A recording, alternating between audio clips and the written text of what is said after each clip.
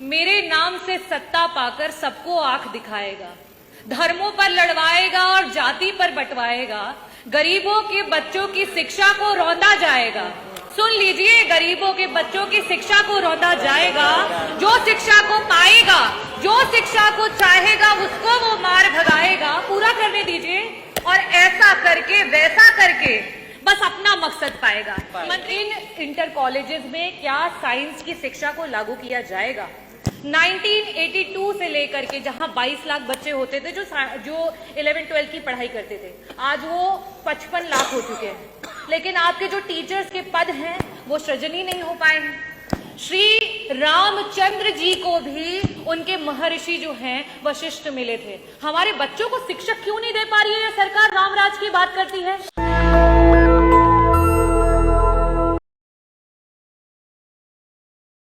कि श्री रामचंद्र कह गए सिया से ऐसा कलयुग आएगा, मेरे नाम से सत्ता पाकर सबको आंख दिखाएगा, धर्मों पर लड़वाएगा और जाति पर बंटवाएगा, गरीबों के बच्चों की शिक्षा को रौंदा जाएगा। सुन लीजिए, गरीबों के बच्चों की शिक्षा को रौंदा जाएगा। जो शिक्षा को पाएगा, जो शिक्षा को चाहेगा, उसको वो मार भगाएगा। पूरा करने दीजिए।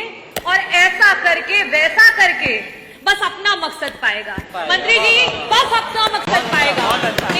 मेरा पहला जो प्रश्न है मंत्री जी आपसे ये है कि जो आर्टिकल 51AH कहता है, फंडामेंटल जो ड्यूटी है हम सभी की, भारतीय जो नागरिक हैं उनकी, कि हमें अंधविश्वास से दूर रहना चाहिए और साथ ही साथ हमें जो है विज्ञान और तर्क पे आधारित जो है सोच रखनी चाहिए। जब हमारे बच्चों के पास विज्ञान की शिक्षा ही नहीं रहेगी, और मैं ये कहना चाहूंगी कि आपका जो डेटा है, आपका जो उत्तर है वो इतना गलत है कि मैं मछली शहर के Khoyri inter college, Utrai inter college, Gohka inter college, Baderi inter college, Mogalpur inter college और ना जाने इतने इंटर कॉलेजेस, 90% उत्तर प्रदेश में इंटर कॉलेजेस हैं। आज किन्हीं ना किन्हीं कारणों की वजह से सरकार वहां पे जो है बच्चों को साइंस की पढ़ाई नहीं दे रही है। मेरा पहला प्रश्न आपसे ये है कि इन इंटर कॉलेजेस में क्या साइंस की शिक्षा को लागू किया जाएगा? 1982 से लेकर के जहां 22 लाख बच्चे होते थे जो 11-12 की पढ़ाई करते थे, आज वो 55 लाख हो चुके हैं। लेकिन आपके जो टीचर्स के पद हैं वो सृजन ही नहीं हो पाए हैं। श्री रामचंद्र जी को भी उनके महर्षि जो हैं वशिष्ठ मिले थे। हमारे बच्चों को शिक्षक क्यों नहीं दे पा रही है ये सरकार? रामराज की बात करती है।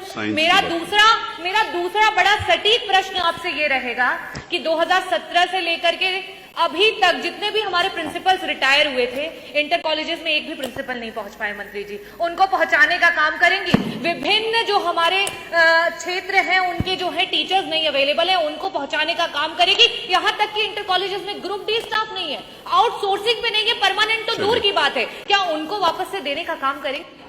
नेशनल दस्तक की आपसे गुजारिश है कि अगर इसको बचाना चाहते हैं तो नेशनल दस्तक को सब्सक्राइब करने के लिए रेड कलर के सब्सक्राइब बटन को दबाएं, फिर बेल आइकन की घंटी दबाएं।